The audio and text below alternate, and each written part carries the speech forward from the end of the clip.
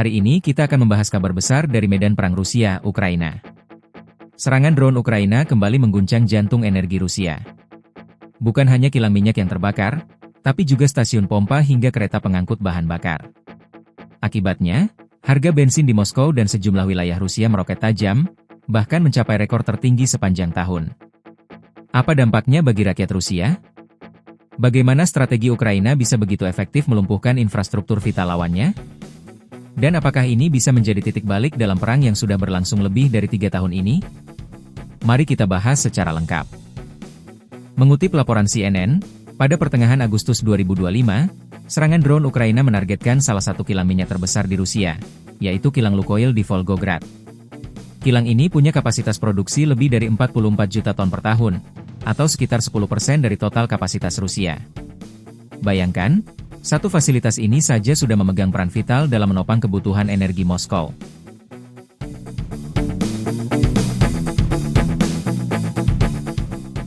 Tidak berhenti di situ, serangan lanjutan juga menghantam kilang minyak di Saratov dan wilayah Rostov.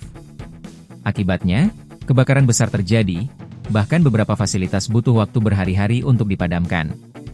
Strategi ini jelas menunjukkan bahwa Ukraina kini fokus menargetkan urat nadi ekonomi Rusia, bukan hanya garis depan pertempuran. Salah satu wilayah yang langsung merasakan imbasnya adalah Crimea.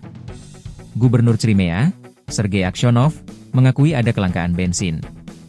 Ia menyebut masalah logistik sebagai penyebab utama, namun banyak pihak menilai itu hanyalah alasan politik untuk menutupi efek serangan Ukraina.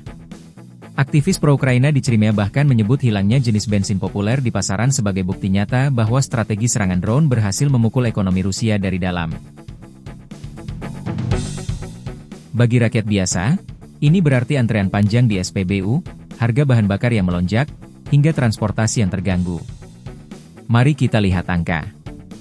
Harga grosir bensin di bursa St. Petersburg naik hampir 10% hanya dalam 1 bulan terakhir.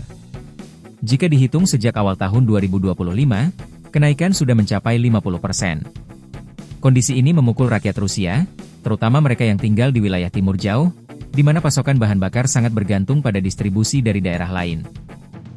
Ironisnya, meski rakyat sipil terjepit oleh harga yang melambung, kebutuhan militer Rusia justru relatif aman.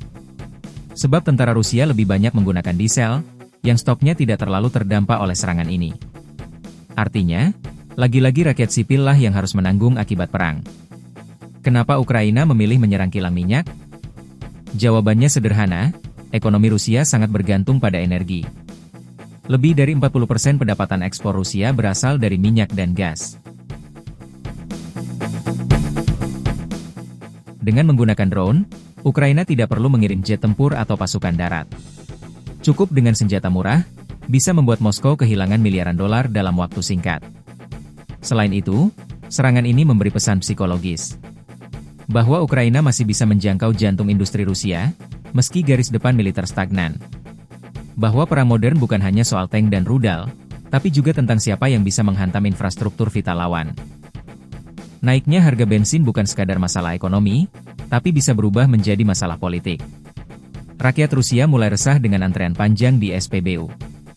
Media sosial lokal dipenuhi keluhan, meski banyak postingan langsung dihapus oleh sensor pemerintah.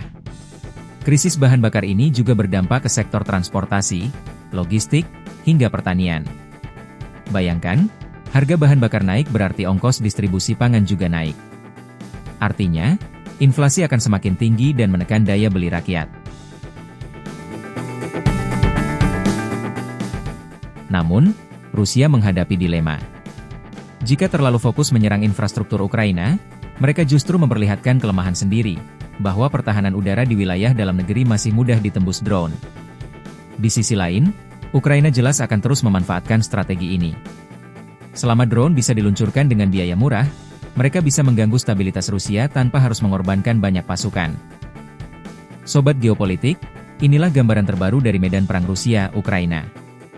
Serangan drone Ukraina ke kilang minyak Rusia telah membuat harga bensin di Moskow meroket dan menambah tekanan besar bagi ekonomi dalam negeri. Pertanyaannya sekarang, apakah ini akan menjadi titik balik perang? Apakah rakyat Rusia akhirnya mulai merasakan langsung dampak dari invasi yang mereka dukung? Dan mampukah Ukraina menjaga ritme serangan ini untuk benar-benar menggoyahkan Kremlin?